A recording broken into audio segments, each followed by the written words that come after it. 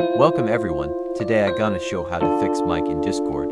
Form originally designed for gamers but now widely used by various communities and organizations.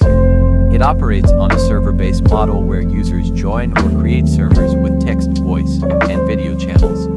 Key features include customizable roles, bots for automation, and integration with platforms like Spotify and Twitch.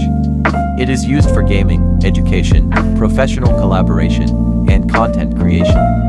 Okay, now we are in Discord. First of all, we have to go to the Discord settings and look for voice and video option. Click it.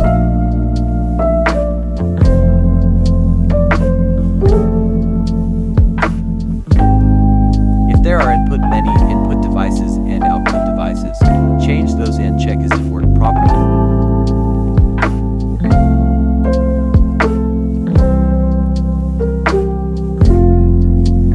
Tick input sensitivity and change like I did.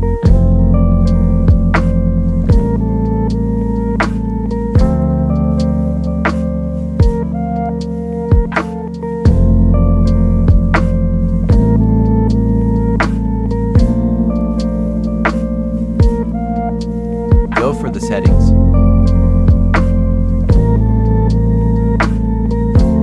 Do all things that I